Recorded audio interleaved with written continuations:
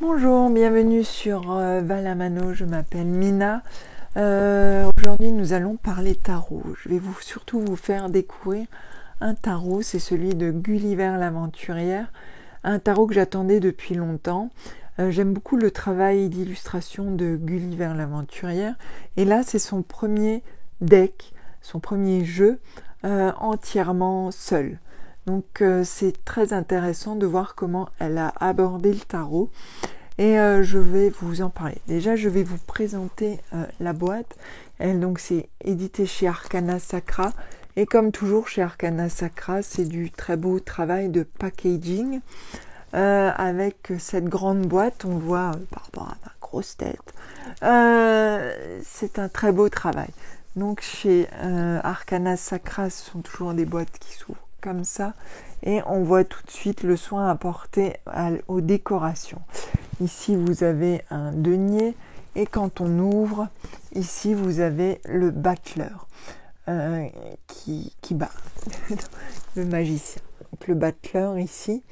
Et ensuite vous arrivez au livret. C'est vrai qu'il y a déjà des traces de doigts parce que je l'ai lu. Voilà donc le livret de Gulliver l'aventurière. Un livret assez conséquent, je vous en parle après.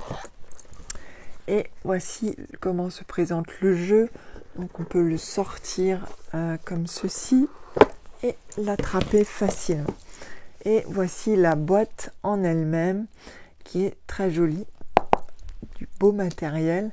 Et ici vous avez le denier qui revient, la tempérance à l'avant. Voilà.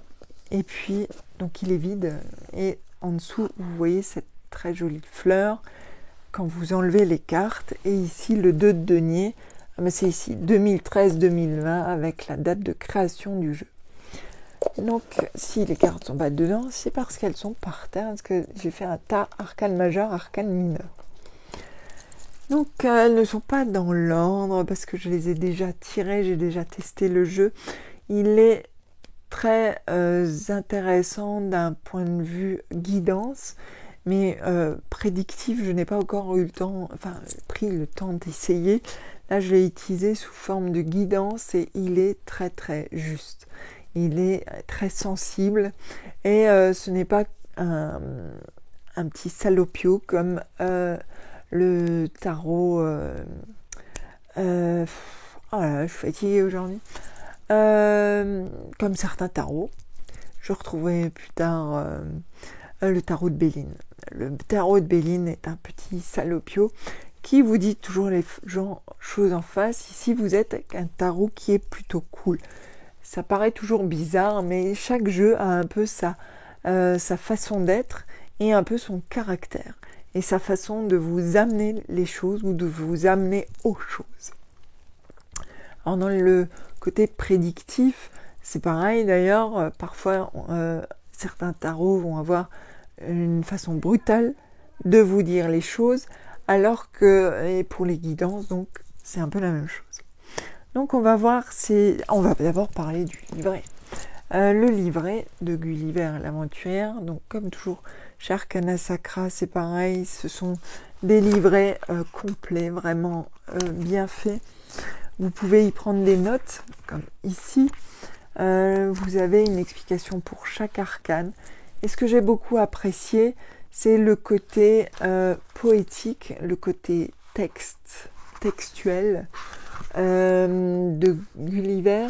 C'est-à-dire qu'on n'est pas dans des explications classiques de cartes, où on va parfois vous dire amour, argent, signification. Elle laisse du coup la porte ouverte à des interprétations qui nous sont vraiment propres. Et c'est quelque chose d'important, je trouve. Parfois, donner trop d'explications peut bloquer, surtout si vous débutez dans les cartes, peut bloquer la lecture. J'en reparlerai dans une prochaine vidéo sur les guidances collectives, où justement parfois les gens restent trop attachés à la lecture du livret. Donc on reparlera de ça, mais justement Gulliver a réussi à donner des guides pour ces cartes qui sont vraiment bien foutus, dans le sens où vous avez une liste de mots un très joli texte qui l'accompagne, très sensible, et qui vous permet de comprendre l'essentiel de la carte, avec beaucoup de douceur et beaucoup, de poésie aussi. Et vous avez toujours une citation qui va avec, que je trouve toujours bien trouvée.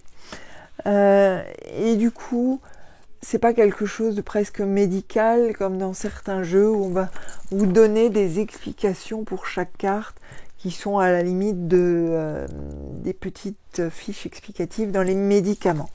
Donc c'est vraiment très très bien pour ça. Elle vous parle aussi de la préparation d'un tirage pour celles et ceux qui débutent. Et justement pour celles et ceux qui débutent et qui ne savent pas trop, qui aimeraient tenter Marseille, le tarot de Marseille, mais qui sont un peu rebutés peut-être par la forme du Marseille, peut-être que celui de Gulliver, qui est inspiré des Marseille, peut peut-être vous convenir. Donc elle vous propose des étalements, et puis donc c'est vraiment très bien fait. Donc je vous conseille de l'essayer.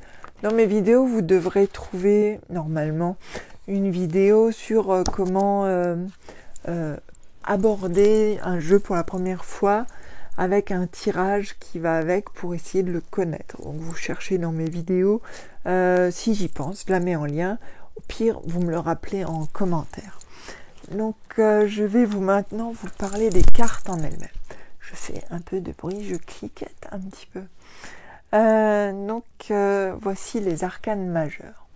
Donc les cartes sont toujours très jolies. Moi j'aime beaucoup le dessin de Gulliver, l'aventurière, depuis longtemps, que je trouve très inspiré du Moyen-Âge. Peut-être que je me plante complètement. Et très inspiré aussi de symbolique, très imprégné de symbolique. Alors forcément, on est dans un tarot, il y a de la symbolique. Donc on a par exemple l'empereur. Donc elles sont dans les... Alors, par contre, les bords sont blancs. Alors, j'en ai vu certains les mettre en noir, en doré. Moi, ça me dérange pas. J'avoue que un jeu compte pour moi pour ce qui transporte. Je regarde quand même rarement les tranches. Je lis rarement les tranches, donc c'est pas quelque chose qui me perturbe outre mesure. Ceci dit, je comprends. Je l'avais déjà expliqué dans une autre vidéo que vous pouvez customiser vos jeux. Parfois, vous pouvez même rajouter des explications dessus. Certains le font, recouper, enfin voilà. Alors celui-là se tient bien en main et chez Arcana Sacra, c'est toujours un bon matériel, un bon carton. Donc on va retourner à cet empereur. Donc elle a réutilisé vraiment la symbolique du tarot classique, des tarots de Marseille classiques, et pourtant elle y a amené par son style une interprétation tout à fait personnelle. Et ça c'est très agréable parce que j'ai vu plusieurs personnes s'essayer au tarot, mais on revenait trop justement à l'imagerie très très classique du Marseille et qui est, c'est vrai, très prégnante. Donc elle a réussi à s'en dégager et je trouve avec beaucoup de justesse, à respecter aussi les archétypes de chaque carte. Donc c'est vraiment bien. Elle a su aussi apporter ses propres interprétations, comme cette justice avec ses ailes de diable. Je trouve que c'est très futé d'avoir pensé à la justice comme ça. J'aurais dû sortir un jeu pour vous montrer les cartes. Je reviens. Est-ce que j'en ai un sous la main dans mon foutoir? J'en ai un qui n'est pas emballé. Comme j'ai mon gros derrière devant. Et alors, est-ce que j'ai un Marseille? Il faut savoir que je ne tire pas beaucoup les Marseille. Donc j'en ai qu'un normalement, qui n'a pas de boîte. C'est celui que j'essaye de vous retrouver. Désespérément. Bon, je ne le trouve plus. Ah, je me demande si c'est pas le gros tas de cartes que j'ai. Si, voilà.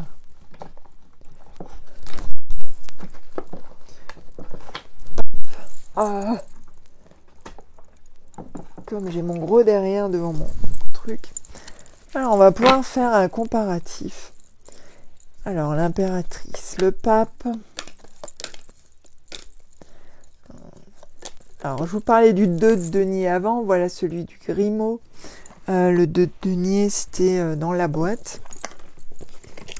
Donc, vous l'avez vu, c'était celui où... Donc, elle a repris vraiment cette forme. Me voilà de retour. J'ai fait le tri dans mes cartes. Ça allait beaucoup plus vite comme ça. Surtout pour vous, parce que sinon, vous auriez attendu des plombes.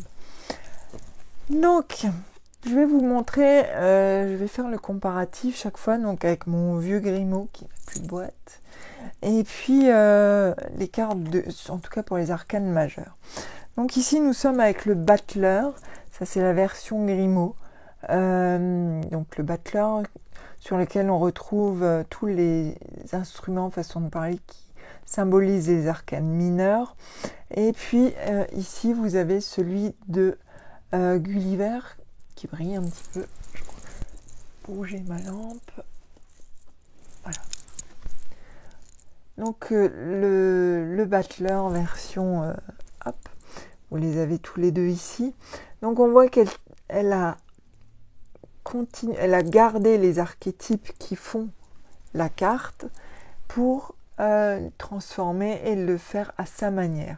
Donc on retrouve le bâton dans la main, les multiples ustensiles sur la boîte. On voit vraiment que c'est bien pensé de ce côté-là. Elle n'a pas gardé la symbolique des couleurs. Après, suivant certains tarots, ça change. Donc là, elle s'est vraiment approprié le graphisme. Alors, on va voir pour la suivante.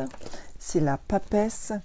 On retrouve chez la papesse, et ce qui est très important, ce grand voile, le livre ouvert, et puis cette forme de croix ici sur le corps.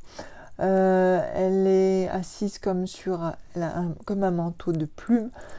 Ça, c'est le graphisme qui fait ça. Mais vous voyez qu'on retrouve, elle a le couronne du pape ici. On voit vraiment qu'on retrouve les archétypes typiques du jeu du Marseille. Donc, et vraiment qu'elle se l'est appropriée. Pareil ici pour le fou, on retrouve la bestiole qui court derrière, ce fou qui avance sur ce chemin, et puis avec le petit chapeau de fou. Le diable, alors elle a repris les petites cornes qui ressemblent à des cornes de cerf, ce qui fait que certains le rapprochent de Cernunnos, ce qui n'est pas toujours le cas. Ça, c'est une interprétation en fait chrétienne du mythe de Cernunnos en tant que cornu, donc en tant que diable, mais ça c'est propre au tarot de Marseille. En tout cas, elle l'a repris, et avec les deux personnages enchaînés. On retrouve aussi ici ce qu'on retrouve sur certains tarots, pas sur celui que je vous montre ici, le Grimaud, mais ce visage dans le corps, c'est quelque chose qu'on retrouve beaucoup à l'époque médiévale dans les représentations. Il a aussi le troisième œil, et il faut savoir que Satan porte un diamant, je crois, sur le front, normalement. Donc ce troisième œil peut être ce diamant, et c'est aussi celui qui voit tout Enfin, ça fait partie des mythes autour de Satan. Donc, je ne vais pas faire de blague. Non. La mort, donc la faucheuse dénudée, qui est très proche des danses macabres médiévales. Ici, donc le classique. Et chez Gulliver, elle a pareil, on retrouve les petits os, les petites mains coupées qu'on retrouve, et puis derrière un fond assez sobre. La tempérance, donc la tempérance qui échange, elle a les ailes plus écartées. Elle est un peu plus guerrière d'une certaine manière. Chez Gulliver, je trouve que ça fait un petit peu armure, mais ça c'est une interprétation personnelle. Mais on voit aussi qu'elle, pareil, on reste toujours dans cette construction très respectueuse des tarots classiques. On a l'ermite ici qui se couvre et qui est presque, façon de parler, sans genre. Il pourrait être une femme à barbe. J'aime bien, j'aime beaucoup cet ermite, il est très, très cute. Alors évidemment, il a la petite lanterne qui éclaire son chemin, le bâton, il a tout ce qui fait l'ermite. On a le chariot, pour éviter de... Le chariot ici et le chariot classique, on retrouve les deux chevaux. Comme dans le classique, on a l'impression que les chevaux jaillissent du chariot. On retrouve ce blason, ici on n'a pas les lettres, et on retrouve le personnage, prince ou princesse, on ne sait pas trop, sous le dé du chariot. Donc pareil, les codes sont respectés, et en même temps, pour quelqu'un qui trouve ça froid, c'est peut-être mieux d'aller vers ça. La lune, donc on retrouve le chemin. Alors le chemin ici, on ne le retrouve pas sur celui-là, tout simplement parce que le chemin, je pense que pour certaines, elle a fait des syncrétismes avec le Rider-Waite, qui est le tarot américain, anglo-saxon, et anglais surtout. Et donc la lune ici, qui pareil brille comme ça, les tours que vous avez là, et la fameuse, moi j'appelle l'écrevisse, les secrets cachés. Mais ce qui est bien, c'est de rajouter ce chemin qui rajoute une signification en plus à cette carte par rapport au Marseille qui est un tout petit peu plus aride dans sa lecture. Voilà. Donc c'est bien d'avoir des fois mixé avec certains éléments du Rider-Waite aussi. La roue de la fortune, il y en a une que je fais à l'envers. Voilà, là elle est classique avec les personnages qui tournent. Donc elle est d'une facture classique et toujours en sensibilité.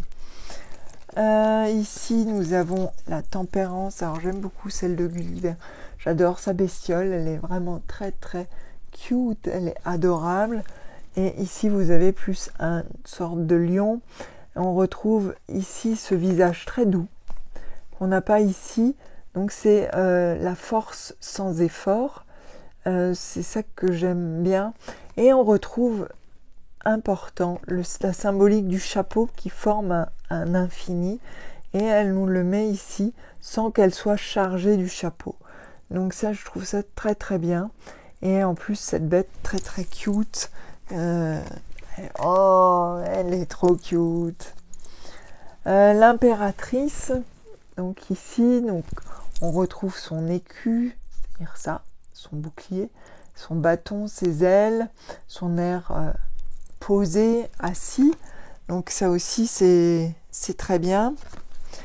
On a Sam qui arrive. Qu'est-ce que tu veux me dire, Sam? Tu veux tirer les cartes? Ici nous sommes au pape. Alors on voit pareil, on conserve la construction, il y a les deux piliers.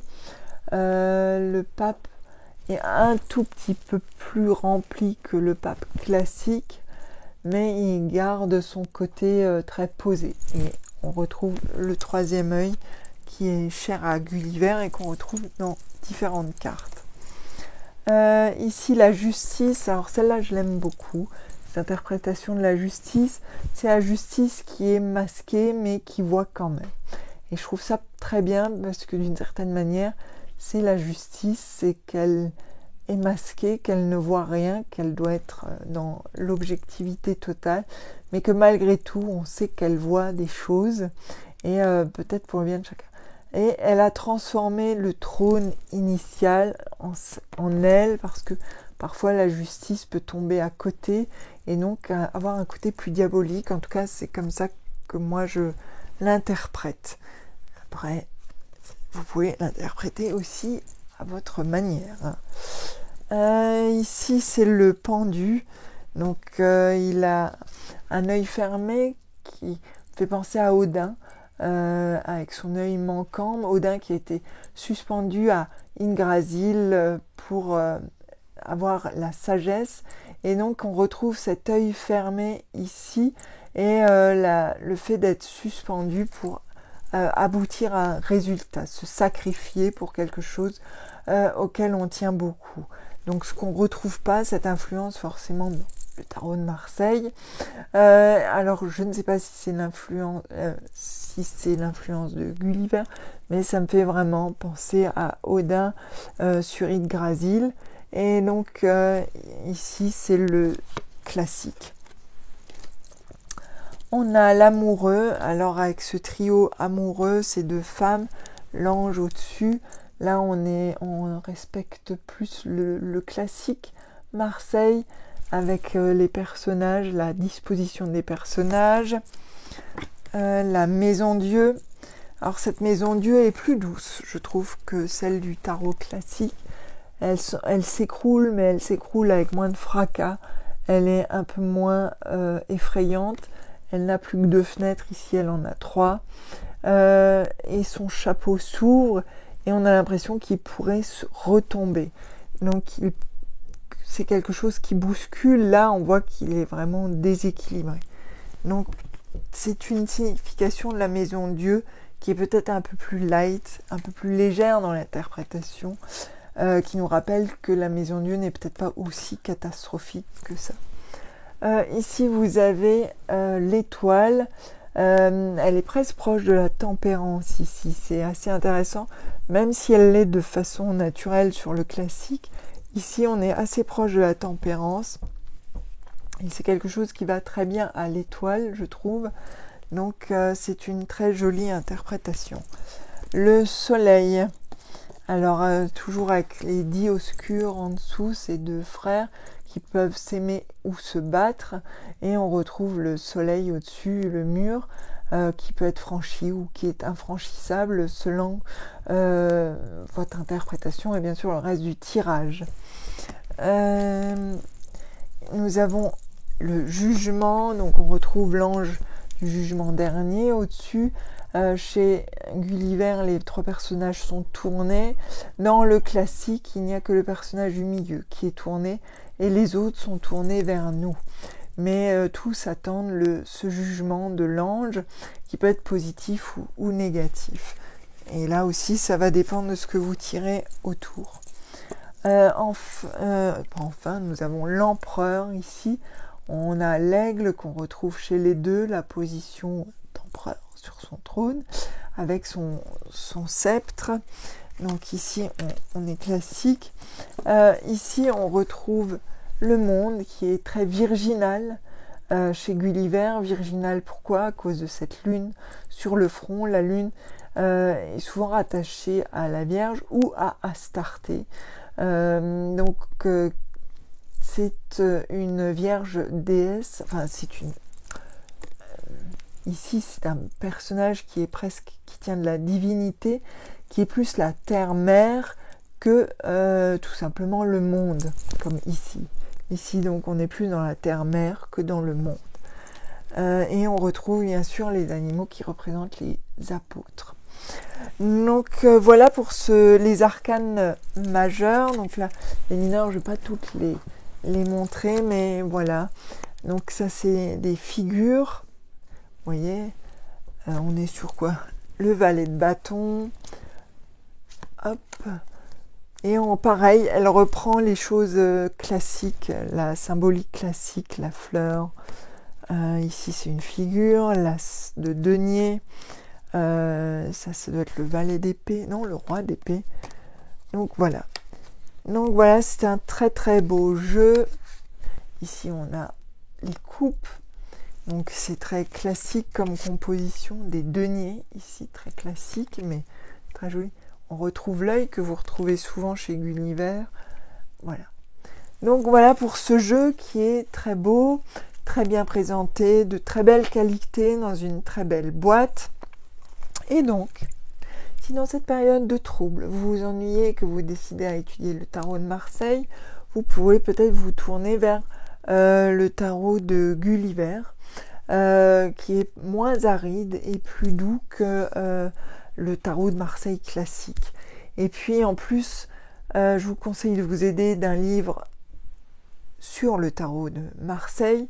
sur l'explication des cartes du tarot de Marseille, mais de vous imprégner des textes de Gulliver qui sont très poétiques et qui vous guideront d'une façon beaucoup plus sensible sur le chemin de la carte. Donc vous pouvez même lire le texte comme une forme de méditation, et je trouve ça intéressant pour intégrer les cartes, pour vraiment les prendre, vous les approprier. Voilà, j'espère que cette présentation vous a plu. La prochaine vidéo, ça sera sur les tirages collectifs, comment faire un tirage collectif, comment se débarrasser du livret et comment réussir à faire un tirage collectif qui soit un peu raccord avec la collectivité, justement. D'ici là, je vous souhaite de vous porter bien, protégez-vous, lavez-vous bien les mains, ne faites pas la bise, ne faites pas de hug, restez à 1 mètre les uns des autres, reconnectez-vous à la nature, à votre famille, à ceux que vous aimez, et puis à très bientôt sur Valamano. Vous pouvez vous abonner en dessous, je ne sais plus quel lien je vous ai promis, vous pouvez toujours me les rappeler en commentaire, et à très bientôt ici ou sur Instagram @vala.mano.